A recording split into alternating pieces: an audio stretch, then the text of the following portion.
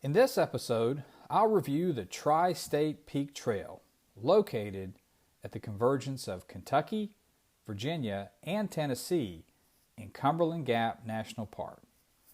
First, I'd like to give a shout out to my new listeners in Australia and Mexico. It's great to see more and more international listeners with each new episode. The podcast now has listeners throughout North America, South America, Europe, and Australia. Come on, Africa, Asia, and Antarctica. I'm pulling for you. This podcast can be heard on many platforms, but currently Apple Podcasts has the lead in number of listeners and downloads. Thank you so much for your support. Please remember to tell your hiking and backpacking friends about this podcast. If you enjoy it, I'm confident they will also. The Cumberland Gap is a natural gap in the Appalachian Mountains that provided a path westward for migration of pioneers and settlers in the early period of U.S. history up until the time that extensive canal and railroad networks were built. Daniel Boone traveled through the Cumberland Gap. It's estimated that nearly 300,000 settlers went through the gap on their way to what would become the Midwest and west of the U.S. Prior to that, the gap was extensively used as a travel route by Native Americans. And prior to that, the gap facilitated the westward migration of animals, including the bison. It is truly a key part of U.S. history. I'm traveling from the eastern U.S. to the Midwest this week. When I realized that my route would take me on the same route as the pioneers, I explored various day hikes that I might take during my trip. I settled on the Tri-State Peak Trail in Cumberland Gap National Park for a very simple reason. At the peak of the trail, I'll be able to stand on 3 states at one time, and am told that I will have views of all 3 states. Pretty cool. The total round trip on the trail is only about 2.2 miles. It's rated as a moderate hike with an elevation gain of about 626 feet. A quick side note, in researching this hike, as well as others, I've come to realize that many of the so-called hiking websites that come up after a Google search are woefully short on the details of many trails. I suspect that the reason for that is that the writers of the site content have not actually been there and are merely regurgitating content from other websites that are also short on content.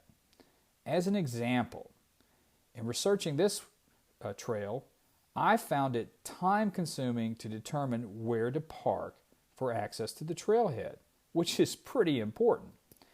I do want to give a shout out to summitpost.org, where I was easily able to find this information.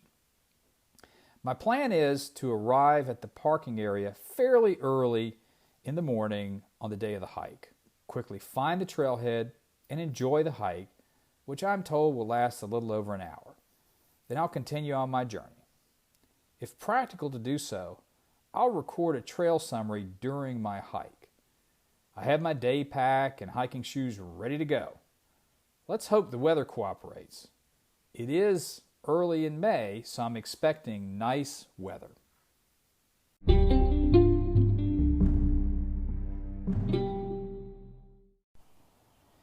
So I made it to the Tri-State Peak Trail peak and stood on the 3 states.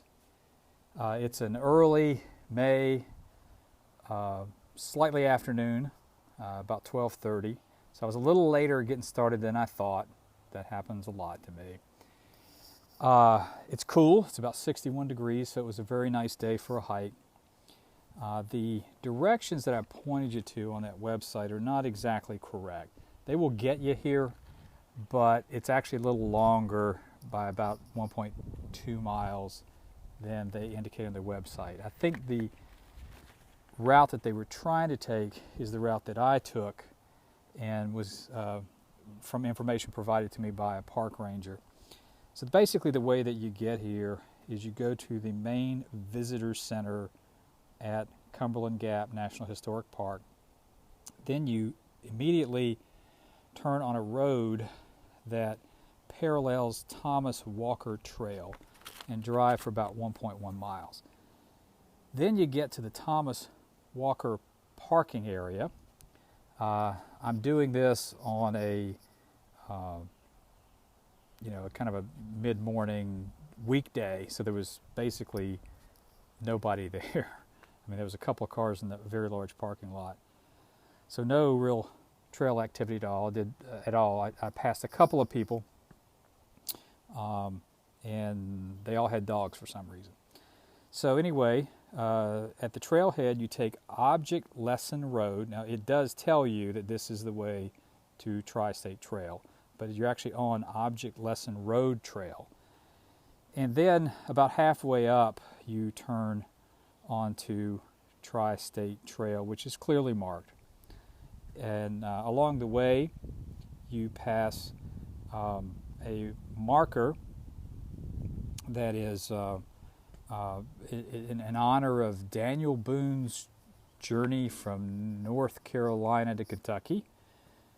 I'll upload photos to my Instagram page, and I'll tell you a little bit more about that later on.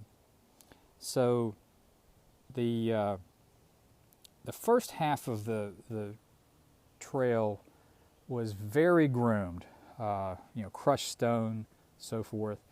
Second half of the trail was more natural, so ruts and rocks and roots and all that kind of stuff.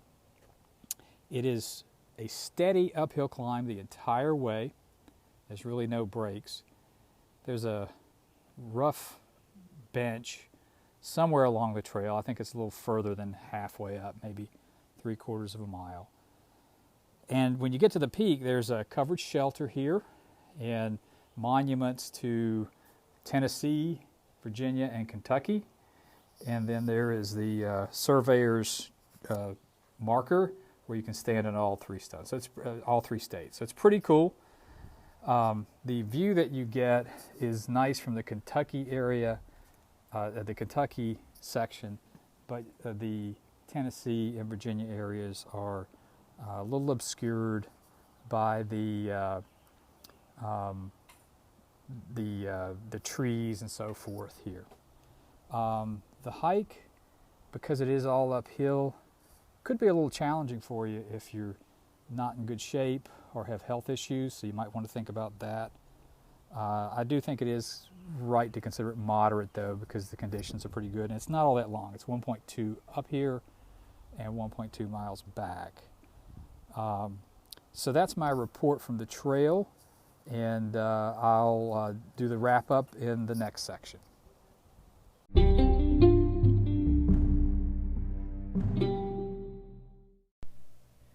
My return hike was very quick, as it was all downhill. I didn't break a sweat at all on the return hike. On the way down, I came very close to a deer that didn't seem to be very afraid of me at all. When I started my hike today, I was on a trail called Object Lesson Road, as I previously mentioned. This trail, or road rather, was built by the U.S. government in 1908 to demonstrate what was then modern road building techniques. This was the part of the trail covered with crushed stone that I also mentioned. About 4/10 of a mile later, the Object Lesson Road intersects with the Wilderness Road Trail, which was the trail used by pioneers and which passes through Cumberland Gap. 2/10 of a mile more down this trail, and you will find the Cumberland Gap Pass and also the Tri-State Peak Trail. The peak is about 6/10 of a mile from there. The Tri-State Peak Trail day hike was a lot of fun. Standing in 3 states simultaneously is pretty cool. There are many day hiking trails in Cumberland Gap National Park, so you could make a day of it and hike several trails. There's also a 20-mile trail called the Ridge Trail that appears to be a good candidate for an overnight backpacking hike. Shortly after I upload this podcast, I will post a few photos of my hike on my Instagram account. My Instagram name is Goosa Hikin. That's GOOSEAHIKIN.